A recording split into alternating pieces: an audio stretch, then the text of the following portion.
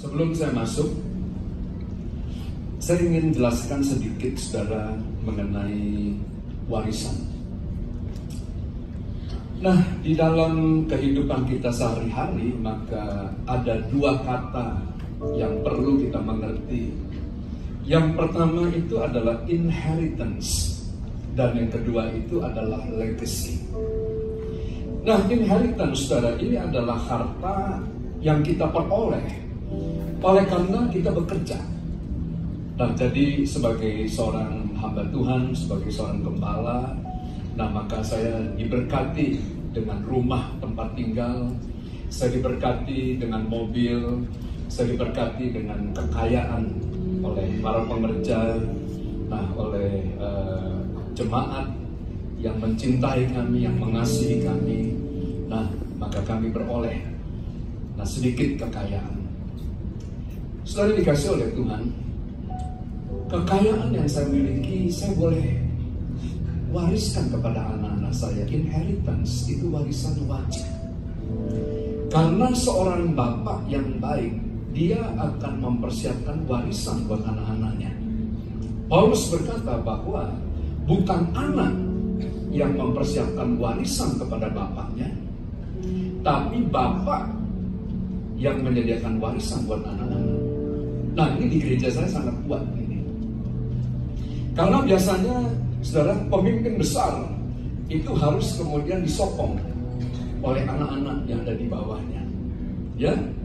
Nah, tapi saya berkata tidak demikian. Alkitab tidak ajarkan itu. Alkitab ajarkan supaya bapak justru mempersiapkan warisan. Inheritance. But yang namanya legacy, saudara, itu nggak bisa diwariskan. Kenapa? Karena hidup kita ini telah dibeli dan dibayar lunas oleh Tuhan. Sehingga gereja itu adalah wadah, tempat di mana Tuhan merealisasikan seluruh isi hatinya kepada dunia ini. Sehingga, saudara, dengan kata lain, gereja tidak boleh terlalu banyak memiliki visi dan misi. Karena visi dan misinya itu harus visi dan misi Tuhan. Jadi kita mesti mengerti apa yang sedang Tuhan lakukan di zaman ini, di saat ini. Bisa katakan amin? Nah, saudara, mari kita akan lihat bahwa di dalam Alkitab ada banyak tokoh-tokoh Alkitab, saudara, yang disebut adalah bukan hanya a good leader, tapi mereka juga adalah disebut a great leader. Musa itu adalah a great leader, pemimpin besar. Tapi sayang, Musa itu bukan a good leader. Dan dia juga bukan a good father. Kita beribadah kepada Allah yang akan memberkati kita sampai keturunan yang ketiga dan yang keempat. Bahkan Tuhan akan memberkati kita dengan beribu-ribu keturunan. Nah, kasih setia Tuhan tidak hanya berhenti pada kita, tapi kasih setia Tuhan juga akan turun ke anak kita, ke cucu kita. Dan Daud berkata begini, dahulu aku muda dan sekarang aku tua, tidak pernah aku melihat keturunan daripada orang benar ditinggalkan oleh Tuhan. Mereka tidak akan meminta-minta, mereka tidak akan meminjam, tapi mereka akan diberkati, mereka akan memberikan pinjaman kepada banyak bangsa. Bisa katakan amin? Ya, itu janji Tuhan. Bah, mari kita lihat tokoh-tokoh Alkitab. Yang pertama, kita akan lihat Abraham. Saudara, Abraham ini adalah disebut bapak daripada segala orang beriman. Tapi pertanyaannya, apakah Abraham ini adalah bapak yang baik? No. Ya. Jadi mohon maaf, sekalipun dia adalah bapak daripada segala orang beriman, tetapi saudara, Abraham memiliki 3 orang istri. Peperangan yang ada di Timur Tengah pada hari-hari ini itu oleh karena ulah Abraham ribuan tahun yang lalu. Nah, mengapa? Kita lihat. Saudara, dia tidak hanya memiliki istri yang bernama Sarah dan Hagar. Tetapi Abraham mengambil pula seorang istri yang bernama Keturah. Nah, siapa anak-anak daripada Keturah? Nah, anak yang pertama namanya, anak pertama namanya siapa? Zimran. Anak yang kedua namanya Yosan. Mohon maaf. Nah, kota saya ada dalam Alkitab. Nah, nama anak yang ketiga siapa? Loh, coba baca. Nama anak ketiga siapa? Nah, Medan ada dalam hatinya Tuhan. Amin. Jadi di Kupang, di NTT, nah maka mukjizat itu nyata. Tapi puji Tuhan, Medan ada dalam hatinya Tuhan. Amin. Nah, jadi saya bicara dengan Pak Gomar, ya, bahwa bukan hanya Medan, nama Yonan itu juga ada dalam Alkitab. Maka Pak Gomar Gultom nggak mau kalah, saudara. Beliau adalah Sekum PGI. Dia berkata, nama Gomer juga ada dalam Alkitab. Haleluya. Nah, Abraham ini memiliki 5 orang anak dari istrinya yang bernama Keturah, sehingga total Abraham itu memiliki 7 anak. Tetapi apa yang terjadi? Ayat yang ayat yang kelima kita baca. Ya, ayat yang kelima, 2, 3.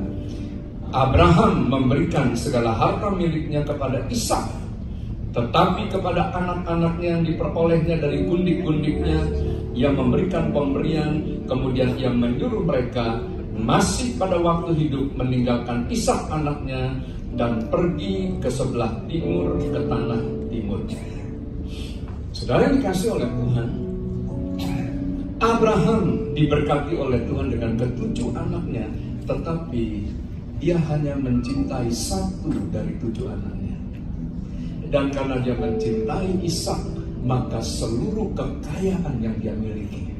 Jangan lupa, Abraham itu adalah orang yang sangat diberkati dengan kekayaan yang sangat besar.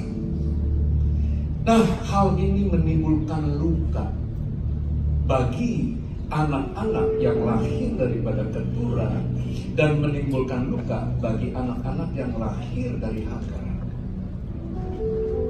Saudara, Ismail ini mereka berteriak oleh karena mereka hampir mati di padang gurun. Oleh sebab itu, Anda jangan marah kalau dengar kemudian keturunan Ismail berteriak-teriak pada waktu pagi hari, pada waktu malam hari. Jangan marah. Nah, mengapa? Karena cara mereka memanggil Tuhan itu seperti itu, dan Tuhan menolong mereka. Gini ya, saya nyimpang sedikit ya.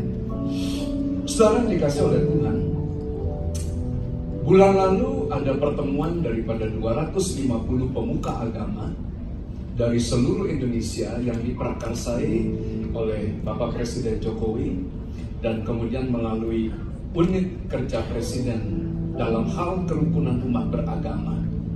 Maka kemudian saudara kita dikumpulkan di Hotel Shangri-La, dan saya melihat presentasi daripada teman-teman yang ada di NU dan yang ada di Muhammadiyah. Saudara, kalau Anda nggak kenal, Anda nggak sayang. Tahukah Anda, pada waktu Afghanistan itu kemudian bergolak dan Amerika menarik tentara dari Afghanistan, maka yang dipakai oleh United Nations untuk membawa perdamaian dan menjaga perdamaian di Afghanistan itu adalah banser yang dikirim oleh NU. Karena hanya mereka yang dipercaya oleh kedua belah pihak. Dan di Afghanistan terjadi perang agama. Dan pada waktu kemudian masalah yang ada di Bangsa Moro di Filipina Selatan, yang terus-menerus gereja Katolik ingin mencoba menyelesaikan, tidak bisa selesai. Pemerintah mengirimkan militernya, pasukannya, dan tidak bisa selesai. Nah, maka kemudian pemerintah Indonesia diminta bantuan dan pemerintah Indonesia mengirim teman-teman dari Muhammadiyah.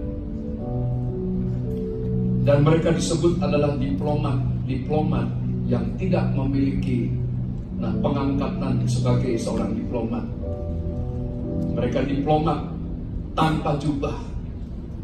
Dan kemudian saudara, Paus mengundang Muhammadiyah untuk datang ke Vatikan dan Paus berterima kasih.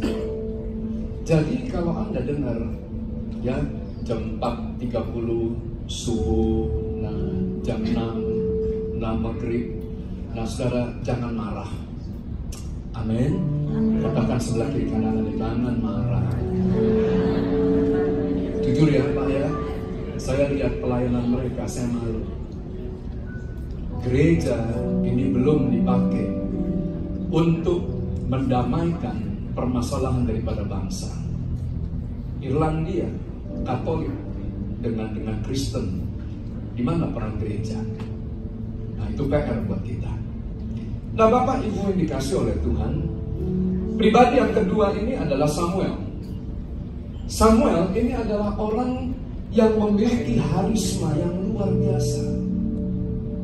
Even Elia waktu bertemu, ini dengan kemudian raja dan ratu, maka Elia, mohon maaf, lari terbirit-birit. Padahal dia adalah yang disebut rainmaker, orang yang menurunkan hujan dan orang yang menurunkan api.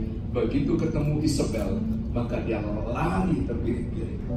Tapi tidak demikian dengan Samuel.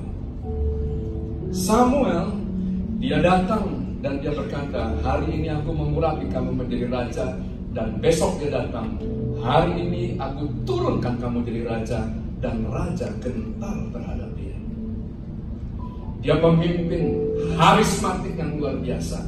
But Alkitab juga kemudian mencatat Samuel memiliki dua orang anak yang bernama Yoel dan Abia. Dan kedua-duanya melakukan apa yang jahat di mata Tuhan. Bukan rahasia, anak-anak pendeta itu banyak yang nakal. Kenapa? Karena bapaknya gak punya waktu. Bapaknya anak-anaknya diasuh oleh pembantu rumah tangga. Saudara, satu waktu anak saya pernah bicara begini, ya, Papa lebih sayang kepada gereja dan jemaat daripada kepada kami. Saudara, di situ saya bertobat. Loh, it's true. Saya bekerja mati-matian buat gereja 45 hari. Tiap 45 hari saya bangun satu gereja. Saya bekerja keras. Sampai satu waktu, maka anak saya menyadarkan saya. Next, pribadi yang ketiga, saudara, itu adalah Hizkia. Nah, di dalam buku Seven Outstanding Revelation, di dalam Alkitab ada 7 pewahyuan yang luar biasa, di mana ketujuh tokoh ini dipakai untuk melakukan transformasi dari bangsa yang miskin menjadi bangsa yang kuat. Dan rajanya itu namanya Hizkia. Dicatat dalam Alkitab, apa saja yang dia lakukan semua diberkati Tuhan. Dia berhasil dan beruntung.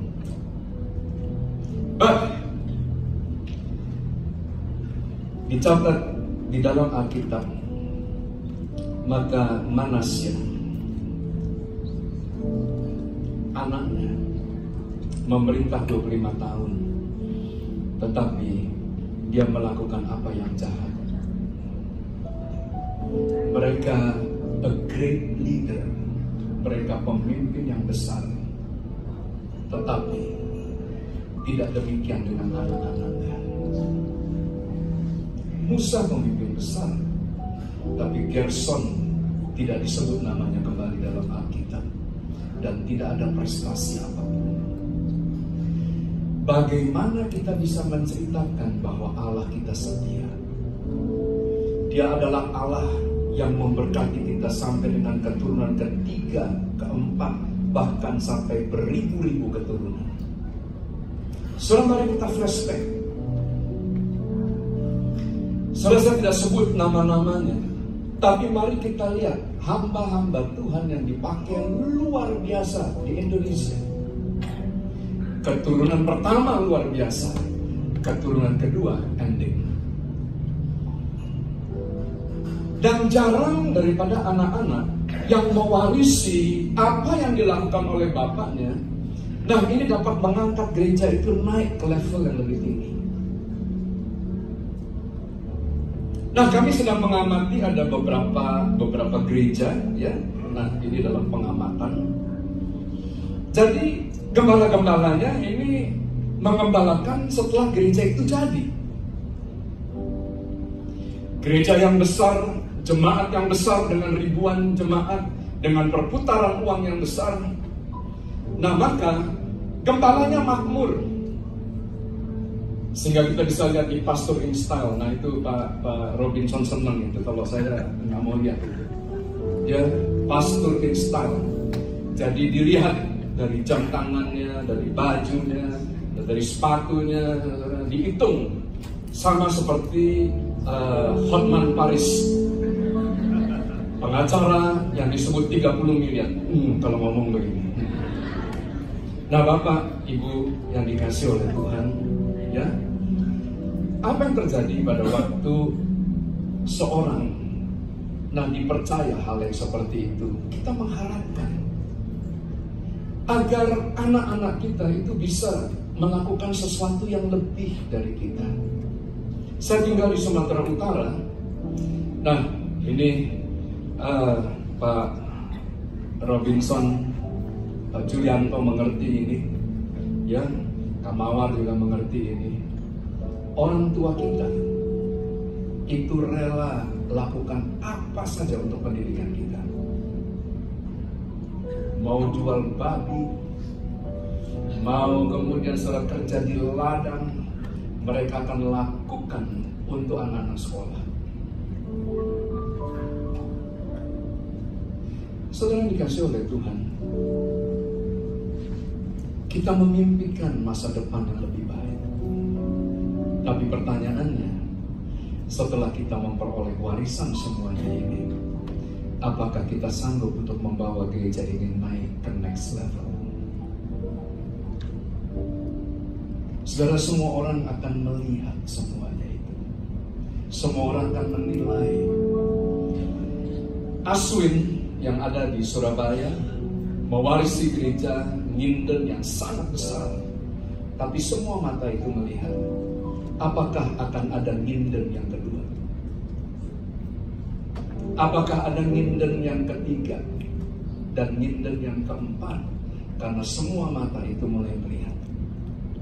Bapak, Ibu yang dikasih oleh Tuhan, doa saya, saudara, biarlah kita tidak hanya menjadi pemimpin yang besar, kita tidak menjadi pemimpin yang hebat, tetapi kita juga memiliki Bapak. Kita juga jadi menjadi Bapak yang baik. Kita memiliki anak-anak yang baik yang akan dipakai Tuhan lebih dan lebih lagi. Ku naikkan syukurku, wahai yang kami, tak habis-habisnya kasih dan rahmat, selalu bagiku dan tak pernah terlambat. Pertolonganmu besar setia di sepanjang cerita musik saja. Next.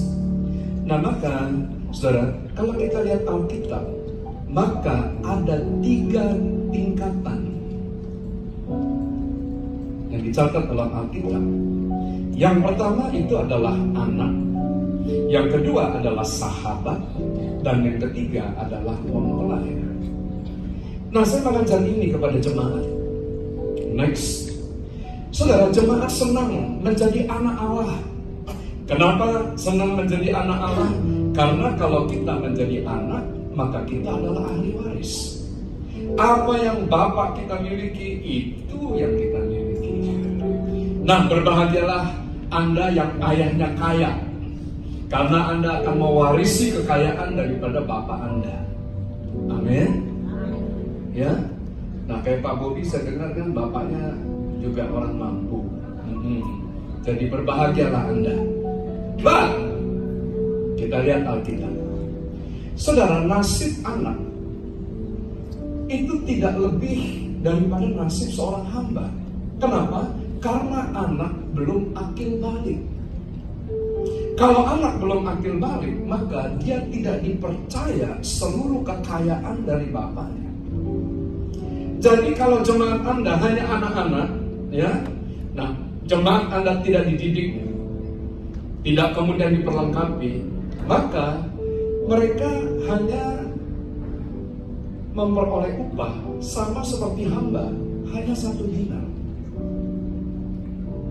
Saudara, problem daripada gereja besar ada di sini, ya. Jadi pada waktu jemaat itu mencapai 20.000, nah maka saya bimbang. Saya bertanya kepada Tuhan, Tuhan buat apa jemaat yang banyak kalau kami tidak sanggup untuk mengubah nasib mereka? Kehidupan mereka tidak lebih baik, secara ekonomi mereka tidak baik, secara sosial mereka tidak baik. Nah, kemudian secara pendidikan mereka tidak baik. Nah, dengar, kemiskinan itu udah banyak, Pak. Kalau financial poverty, kemiskinan secara finansial, itu jalan keluarnya BLT, bantuan langsung tunai, dikasih uang, selesai ya, masalahnya hilang. Tetapi orang miskin, atau saya mohon maaf, gereja yang kekurangan, nah ini bukan oleh karena kemiskinan finansial, tapi miskin secara pengetahuan, lack of knowledge. Nah, sehingga untuk mengatasi kemiskinan, saudara, ya, saya penasehat daripada N4G, Indonesia untuk Jokowi. Nah, maka kemudian saya memberikan masukan tentang hal ini, bahwa mengubah paradigma itu jauh lebih sulit. Saya satu waktu, Pak, bertemu dengan Rabbi Chaim Richman. Beliau adalah pemimpin daripada Temple Institute, ya. Saya pernah bawa dan kenalkan Pak Robinson kepada beliau, itu sahabat baik saya. Nah, saya tanya dengan dia, berapa lama Anda perlu waktu untuk membangun Bait Allah ketiga? Dia berkata, tugas kami bukan membangun bangunan. Membangun bangunan itu mudah sekali buat Israel, karena Israel sangat kaya. Mereka menguasai tambang-tambang intan yang ada di Afrika. De Beers itu perusahaan yang luar biasa. World Bank itu kemudian dikuasai oleh mereka. Perdagangan yang ada di New York itu semuanya kebanyakan orang-orang Yahudi. Membangun gedung itu tidak sulit, tetapi membangun manusianya, kesadaran akan Tuhan, itu nggak mudah. Dan apa yang dilakukan? Maka gedung itu adalah tools. Gedung itu adalah alat untuk mendidik manusia. Bukan manusia buat gedung, tapi gedung itu buat manusia. Kita gunakan gedung gereja menjadi pusat latihan. Bisa katakan amin? Supaya jemaat nggak jadi hamba, nggak jadi anak aja. Dia bertumbuh menjadi sahabat. Nah, sahabat di dalam Alkitab, Yohanes 15 ayat 15, sahabat ini adalah pribadi yang mengerti segala sesuatu dikerjakan oleh Tuhan. Dan Alkitab berkata, Tuhan tidak menyebut kita hamba, tapi Tuhan menyebut kita sahabat. Oleh sebab itu ada lagunya, I am a friend of God. He calls me friend. Dia menyebut dan dia memanggil saya sahabat. Wait a minute. Seorang sahabat adalah seorang yang mengerti isi hati Tuhan. Kenapa seorang sahabat mengerti isi hati Tuhan? Kembali ke sesi yang pertama. Karena tidak ada kasih yang lebih besar daripada kasih seorang sahabat yang berani menyerahkan nyawanya. Saya nggak ragu terhadap gereja yang ada di Kupang. Nah, gereja di Kupang berani mempertaruhkan nyawa untuk Tuhan. Nah, saudara, itu ciri-ciri daripada gereja yang sudah kemudian mencapai tingkatan sahabat. Hanya tinggal satu lagi. Setelah kita berani menyerahkan hidup kita, maka kita juga harus mencari tahu apa yang diinginkan oleh Tuhan. Yohanes 14:21 berkata, jika kita mengasihi Dia, kita akan memegang teguh perintah-perintahnya. Dan kalau kita lakukan itu, Tuhan akan menyatakan dirinya kepada kita. Amin. Kalau Tuhan nyatakan diri kepada Anda, maka Anda tahu apa yang akan terjadi. Anda tahu apa yang Tuhan mau. Dan program daripada gereja Anda adalah melakukan apa yang Tuhan kehendaki. Bisa katakan amin? Anda bisa nangkap ini? Tetapi, maka Tuhan tidak hanya kemudian mengubah dan kemudian saudara menjadikan gereja itu sahabat. Istri yang saya nikahi, saudara, ya 28 tahun yang lalu, itu adalah mantan sahabat baik. Karena kita bersahabat, kita saling mengenal satu dengan yang lain. Saya pacaran 6 tahun, saudara. Tempat di mana saya curhat dan sampai dengan hari ini, maka istri saya adalah sahabat terbaik yang saya miliki. Nah, Bapak Ibu yang dikasih oleh Tuhan, apa yang terjadi kalau gereja itu telah menjadi mempelai Kristus? Maka dengan apa yang dia punya, itu kita punya. Apa yang dia miliki, itu akan kita miliki. Sehingga tidak ada yang mustahil bagi orang yang percaya. Tidak ada yang mustahil bagi kita yang percaya, yang mengerti. Kita berikan tepuk tangan yang meriah buat kita. Saudara, saya nggak pernah khawatir. Per bulan defisit kami 2 kali lipat lebih daripada income kami. Tapi sampai hari ini kami tidak punya hutang. Dan sampai hari ini semua pembayaran itu bisa berlangsung dengan baik. Kalau ditanya how, why, saya tidak bisa jawab. Saya hanya berkata semua itu oleh karena anugerah kita memiliki Bapa yang baik. Ku naikkan syukur buat hari yang kami tak habis-habisnya kasih dan rahmat-Mu selalu baru dan tak pernah terlambat.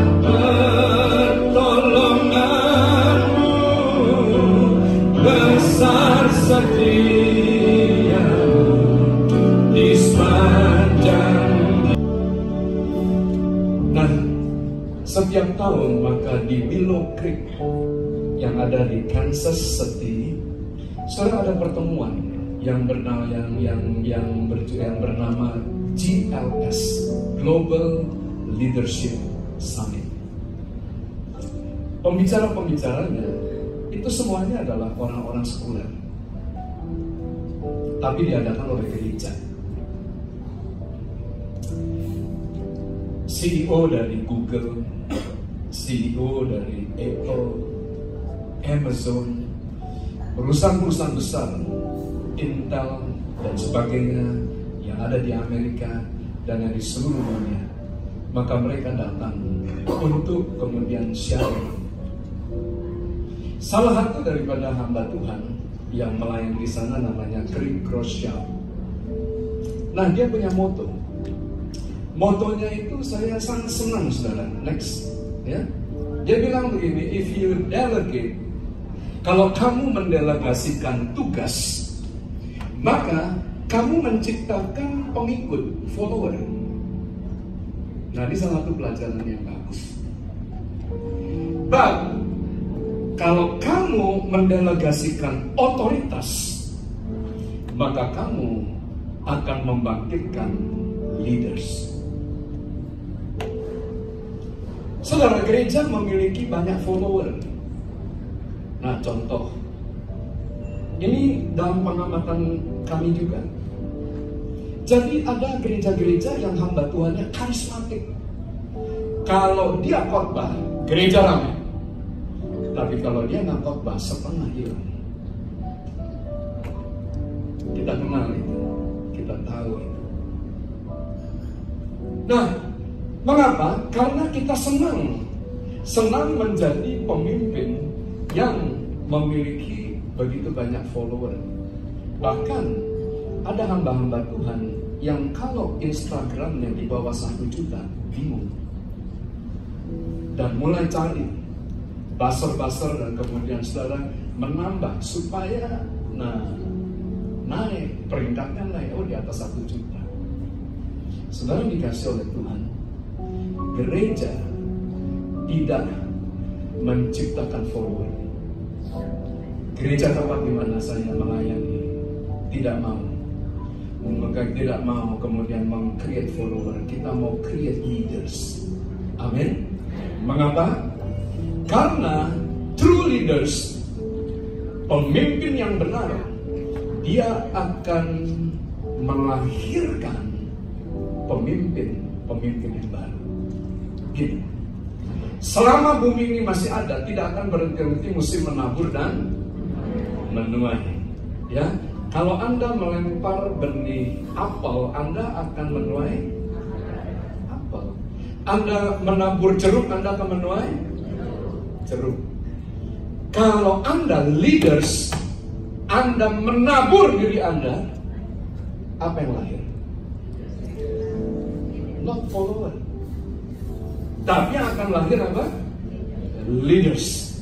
Nah, katakan sebelah kiri kanan Anda, bangkitkan para pemimpin. How? Next. Nah, saudara, ayat ini menjadi inspirasi buat saya. Kisah Rasul 1 ayat 8.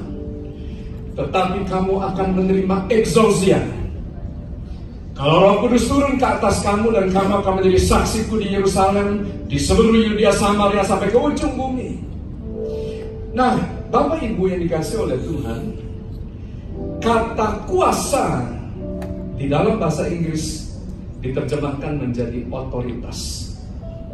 Bagaimana cara Tuhan itu membangkitkan otoritas, membangkitkan generasi muda? Yoel 2, dia akan memberikan otoritas.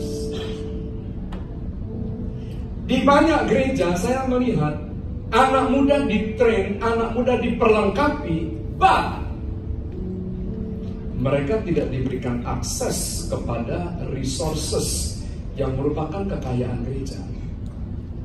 Oh, kamu lakukan saja, tapi keuangan saya kontrol. Maka akan jadi seorang duta besar kalau tidak diberikan kuasa penuh oleh pemerintah untuk mewakili dia, maka ambasador itu tidak akan memiliki martabat. Karena kalau ada apa-apa, dia akan berkata, sebentar Pak Presiden, saya akan diskusi dulu dengan pemimpin saya.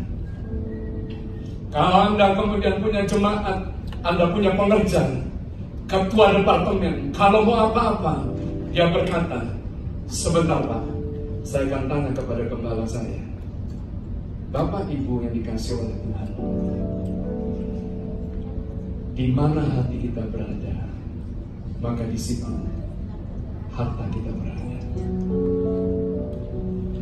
Kalau Anda tidak berani mempercayakan seluruh resources yang Anda miliki, seluruh kekayaan yang Anda miliki, seluruh network, saudara Anda habis-habisan, maka tidak akan ada pemimpin yang akan muncul.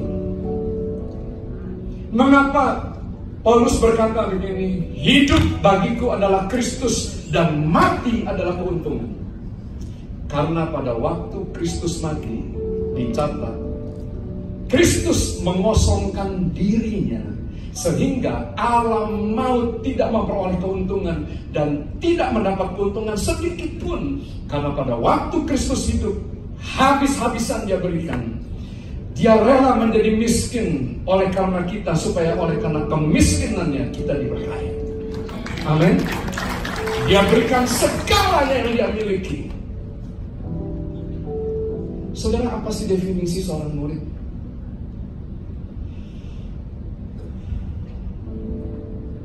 Definisi daripada seorang murid adalah mengikut Tuhan dengan memikul salib dan menyangkal diri. Listen carefully. Listen carefully. Terutama yang full gospel, dengar baik. The true gospel is self-denial, not self-fulfillment. Injil yang sebenarnya itu adalah penyangkalan diri, bukan untuk memuaskan diri kita. Memang Kristus adalah jawaban untuk semuanya, but murid, dia harus kemudian mengikut Kristus, menyangkal diri dan memikul salib tiap hari, bukan hari ini saja. Setuju? Ada berapa banyak murid? Murid Kristus, ya? Nah, yang sini bukan murid semuanya. Murid-murid apa katanya? Murid. Siap untuk pikul salib, menyangkal diri. Nah, saya bersyukur Benny Hinn bertobat. Kita tunggu lagi siapa lagi yang bertobat. Karena banyak yang berkata begini, oh Injil, kalau kita ikut Tuhan kita diberkati. Itu satu sisi, tapi ada panggilan untuk menderita. Nah, kata menjadi saksi di sini, ya, diambil dari kata martir, Pak. Waktu Roh Kudus turun ke atas saudara, Anda berarti siap untuk menjadi martir. Halo? Ini saya nggak main dalam hal ini.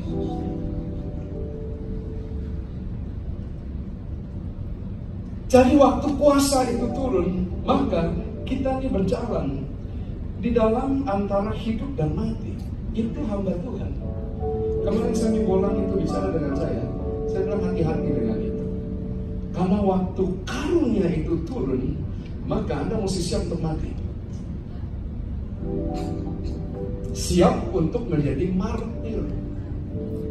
Jangan hanya mau kuasanya, jangan mau karunianya saja, tapi berani nggak Anda itu kemudian saudara ya memikul salib dan siap untuk disalibkan.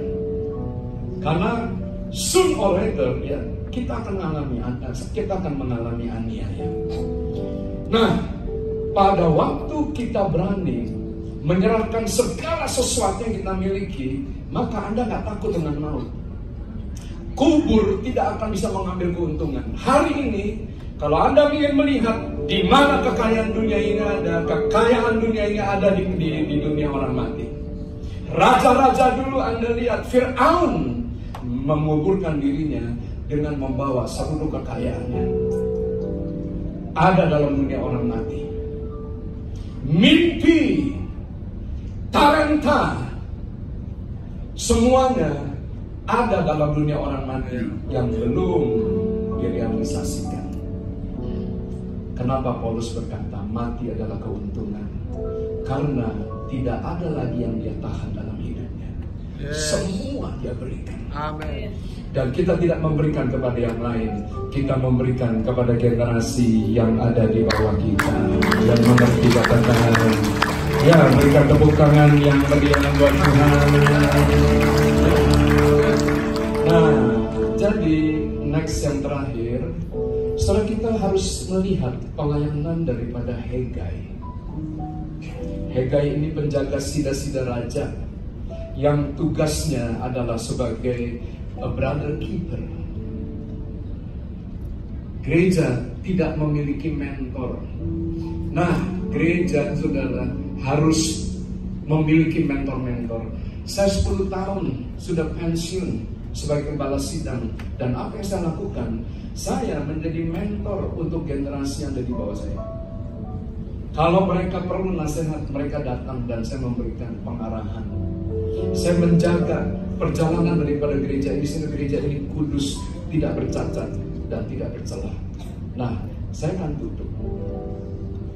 Saudara dikasih oleh Tuhan, ada suatu iri yang saya sebut iri rohani terhadap orang-orang Israel.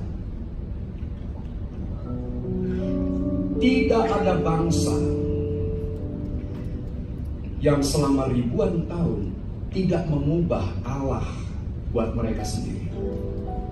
Mereka beribadah kepada Allah ribuan tahun dan mereka beribadah kepada Allah yang sama. Kalau kita mundur sebentar, kita lihat Indonesia. Saudara, Indonesia itu pertama Allahnya itu adalah Hindu. Sebelum Hindu itu animisme dan dinamisme. Setelah kemudian era Hindu kemudian lewat dengan candi-candinya, maka kemudian berubah menjadi era Buddha. Dan Buddha lewat, kemudian Islam. Berapa kali Indonesia mengganti Allah untuk negeri ini. Tapi tidak demikian halnya dengan Israel. Ribuan tahun mereka beribadah kepada Allah yang sama. Turki yang disebut Anatolia.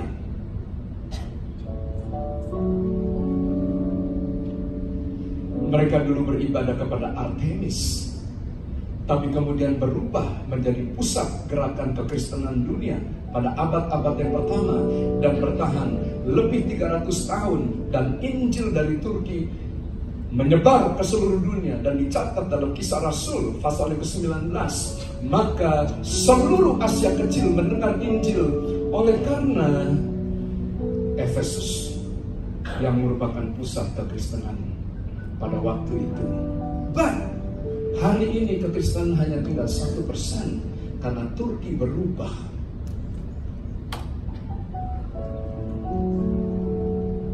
Yang mana? Korea? Ada banyak patung-patung Buddha yang besar, kuil-kuil Buddha yang besar.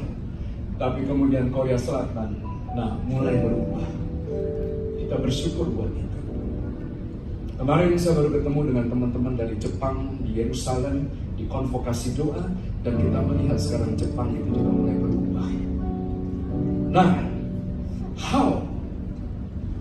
Ternyata Abraham, Ishak dan Yakub tidak hanya mewarisi kekayaannya kepada anak-anak muda, tetapi mereka mewarisi Tuhannya kepada anak-anak muda.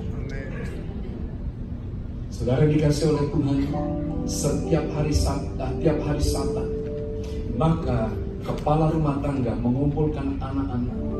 Mereka kemudian minum anggur bersama-sama, mereka bersyukur bersama-sama, dan mereka berdoa. Sebagaimana Tuhan memberkati Abraham, Ishak, sebagaimana Tuhan memberkati Manasye dan Efraim, maka demikian Tuhan akan memberkati kamu, hai anak laki-laki. Sebagaimana Tuhan memberkati Sarah, seperti Ribka dan Rahel, maka demikian Tuhan akan memberkati kamu, anak-anak perempuan. Dan setiap hari Sabat, maka orang tua memberkati anak-anak dengan berkat dari nenek moyang mereka. yaitu Allah Abraham, Ishak, dan Yakub. Dan dimanapun mereka berada, mereka membangun mezbah bagi Tuhan. Nah, saya akan tutup. Saudara, setiap gereja punya mezbah. Kalau saya mengandai-andaikan ini mezbah, maka di atas mezbah ini ditaruh persembahan. Nah, persembahan itu adalah binatang yang disembelih. Pada suatu hari, senior saya berkata, Yonan, persembahan itu harus dibakar habis. Kalau kamu bakar persembahan ini akan berbau harum. Karena pada waktu daging itu kena api, akan keluar bau yang harum. Tetapi kalau kamu tidak bakar persembahan-persembahan yang ada, kamu masuk ke kantong, kamu simpan dalam deposito, dan kamu berkata, tenanglah jiwaku, tenanglah masa tuaku, karena begitu banyak simpananku. Maka persembahan ini akan berbau busuk, karena dia adalah binatang yang disembelih. Saudara, saya tidak membangun gedung gereja, saya membangun mezbah. Oleh sebab itu gereja saya disebut House of Sacrifice, rumah persembahan, karena kita bangun adalah mezbah. Kidung Agung 8 ayat yang kedua, Alkitab mencatat nyala api cinta sama seperti nyala api Tuhan. Kenapa Tuhan memperkenalkan dirinya sebagai perbaraan yang menyala-nyala, tiang api? Mengapa dia kemudian saudara menunjukkan kehadirannya dalam bentuk api? Karena api itu adalah lambang daripada cinta. Nyala api cinta itu seperti api. Nah, dengar para pemusik, saya punya 5 kebaktian dalam satu hari di satu tempat. Total kebaktian ada 200 lebih. Tapi saya berkata kepada seluruh worship leader, tidak boleh menggunakan lagu yang sama untuk kebaktian yang berikutnya. Mengapa? Karena kalau Anda dipenuhi dengan cinta, Anda akan kemudian berinovasi. Nyala api itu tidak pernah sama. Nyala api selalu berbeda. Kadang-kadang dia bisa kuning, kadang-kadang dia bisa orange, kadang-kadang dia bisa merah, kadang-kadang dia bisa biru.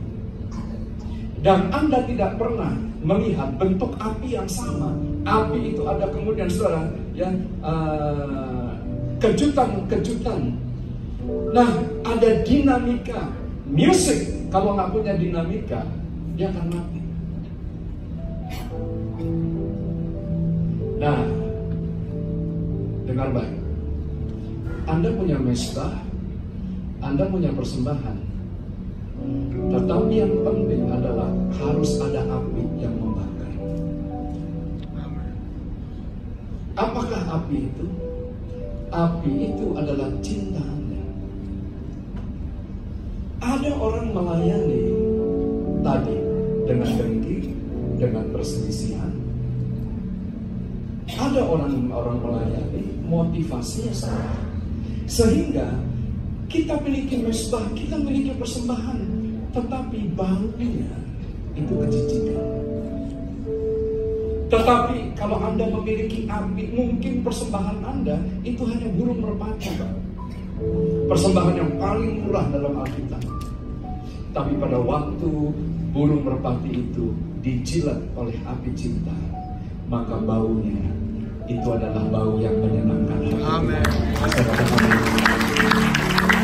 Hari ini ada berapa banyak Anda yang mau mempersembahkan persembahan yang terbaik buat Tuhan? Bapa, mari kita bangkit berdiri.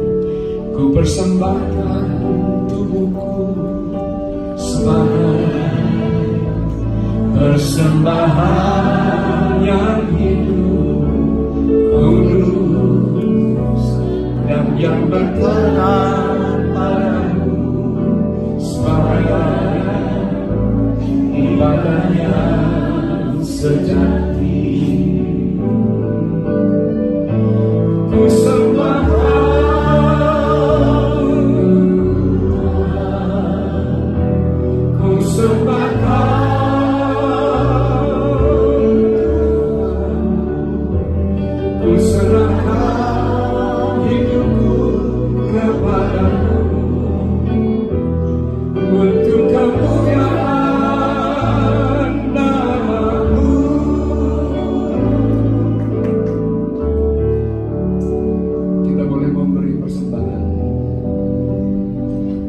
Persembahan itu tidak disertai dengan kasih, maka persembahan itu akan berbau busuk.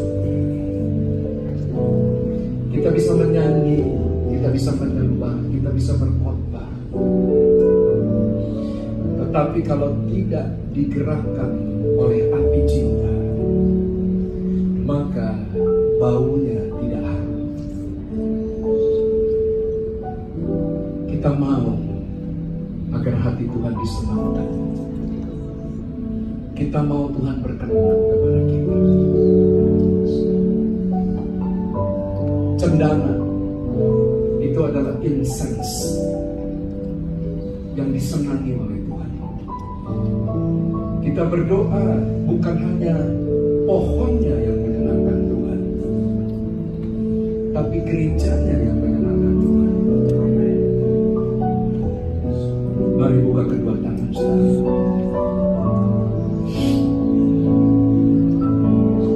Tuhan tidak pernah minta ayam hitam, ayam putih, tidak pernah. Yang Dia minta supaya Anda mengasihi Dia. Amin. Mengasihi dengan segenap hati, dengan segenap jiwa, dengan segenap